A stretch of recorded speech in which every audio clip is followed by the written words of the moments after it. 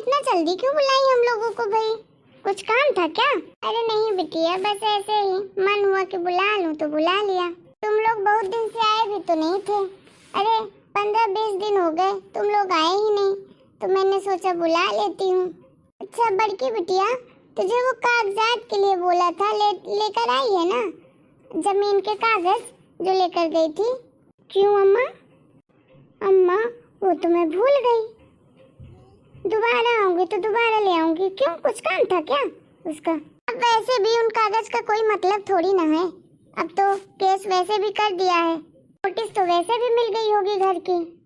भैया ने कुछ बोला आपसे? बोल रही थी ना कि बड़े वाले भैया भी आए हैं। कहाँ हैं, चले गए कि अभी हैं? हाँ कल ही आया था, चला गया है, शाम को ही चला गया था। बोला छुट्टी नहीं है तो चला गया। हाँ चले गए। और घर में कौन है, भाभी है कि नहीं है? नहीं भाभी तो काम से गई है।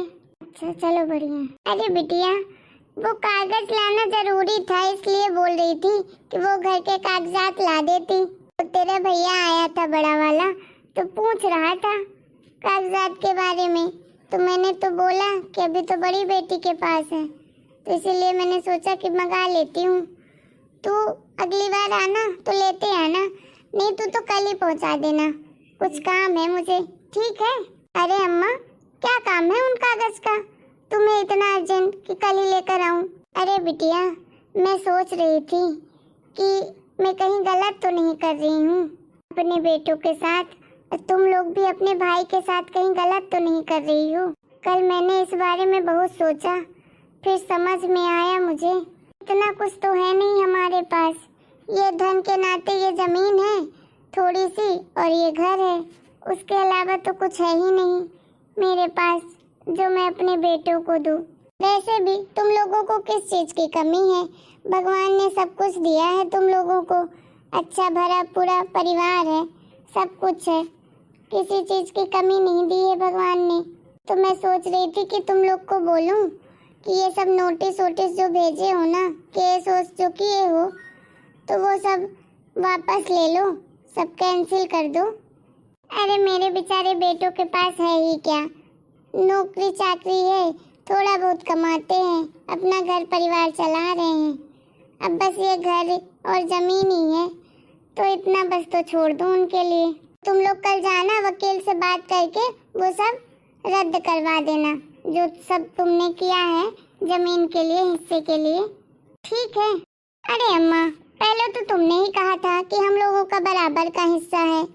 अरे हमारे पास सब कुछ है तो क्या हुआ, हमारा यहाँ भी तो हक बनता है ना, ये सब तुम ही पहले कही थी ना, अब तुम ही बोल रही हो कि मत लो अपना हिस्सा। इतना जल्दी क्या हो गया कि तुम अपनी बात से पलट गई? अब देखो मैं बस अकेले तो ले नहीं रही हूँ, ये दोनों बहनें भी तो हैं मेरी, वो भी तो ले रही हैं, इन सबसे भी तो बात करनी पड़ेगी। हम लोग अब इतना जल्दी कैसे तुमको बता दें कि हम लोग क्या सोच रहे हैं क्या नहीं, बाद में बताएंगे आपस में बात करके। अरे तो तीनों बेटियां यहीं पे हो, बताओ किसको एतराज है भाई? अरे मेरी जमीन है, मैं अपने बेटों को देना चाहती हूँ, तब क्या बुराई है इसमें? अरे अम्मा तो हमारा हक है, तो हम अपना हक क्यों छोड़े तुम्हारे बेटे के लिए भाई? हाँ अम्मा मैं भी नहीं छोड़ूंगी, मैं क्यों छोड़ूं अपना हक, मुझे भी चाहिए भाई हिस्सा। किस लिए हिस्सा चाहिए? अरे मेरी जमीन है, मैं जिसको चाहूँ उसको हिस्सा दूंगी, जिसको चाहूँ उसको नहीं दूंगी। और तू बिटिया सुन, कल मुझे ना घर के कागजात वापस देकर जाना, ठीक है? मैं सब कुछ अपने बच्चों के नाम पर करना चाहती हूँ, दोनों बेटों के ऊपर। अरे तुम लोग को किसी चीज की कमी होती तब तुम लोग के बारे में सोच लेती कि चलो ठीक है दे देती हूँ, अब तुम लोग के पास तो सब कुछ है, मैं अपने बेटों को दूंगी, उनके पास तो बेचारों के पास बस इतना ही है। वो तो तेरा मामा आया था जो मेरा दिमाग खराब करके चला गया, मैंने पागलपंती में तुम लोगों से ये बातें बोल दी गुस्से गुस्से में। अरे कुछ भी हो, आखिर सेवा भी तो मेरी छोटी बहू करती है मेरी, कोई नहीं आता मुझे पानी देने के लिए। जितना बोल रही हूँ उतना सुनो, समझ आई? और ये मैं तुमसे पूछ नहीं रही हूँ, बता रही हूँ कि मुझे कल के कल कागज चाहिए इस घर के, चाहे तुम लोग को सही लगे चाहे गलत लगे, मैं अभी जिंदा हूँ, समझ में आया? और मेरे जीते जी ये जमीन में सिर्फ मेरे दोनों बेटों का हक है, तुम्हारा नहीं। वैसे भी जितना कुछ था मैंने दे दिया है, गहना जेवर तो अब मेरे पास बचे नहीं है, सब कुछ तो तुम तीनों को दे दिया है, बस ये घर है तो अभी मैं दोनों बेटों को दूंगी। ठीक है अम्मा, तो कल लेकर आती हूँ फिर कागज, आज चलती हूँ। अरे अब क्या किया जाए, अम्मा तो अपनी बातों से मुकर गई। हाँ दीदी सही कह रही हो, हम तो अपना हिस्सा नहीं छोड़ सकते हैं किसी के लिए, भाई हम क्यों छोड़ें अपना हिस्सा।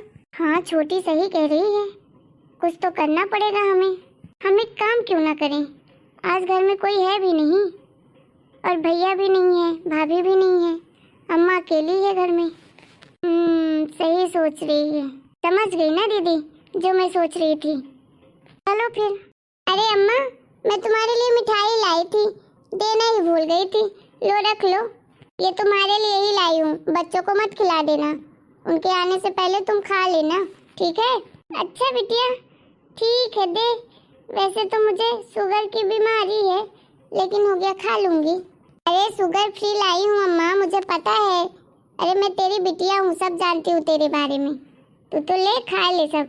ठीक है बिटिया, अब अम्मा चलती हूँ, आओ बिटिया। अम्मा इस दुनिया में तुम ही तो थी हमारा सहारा, तुम तो छोड़कर चली गई। कल ही तो आई थी तुमको देखने, आज तुम मुझे छोड़कर चली गई। मत रोइए दीदी, अब तो अम्मा हम सबको छोड़कर चली गई हैं हमेशा के लिए। कहते हैं कि बच्चे अगर रोते हैं तो आत्मा को शांति नहीं मिलती है। मत रोइए दीदी।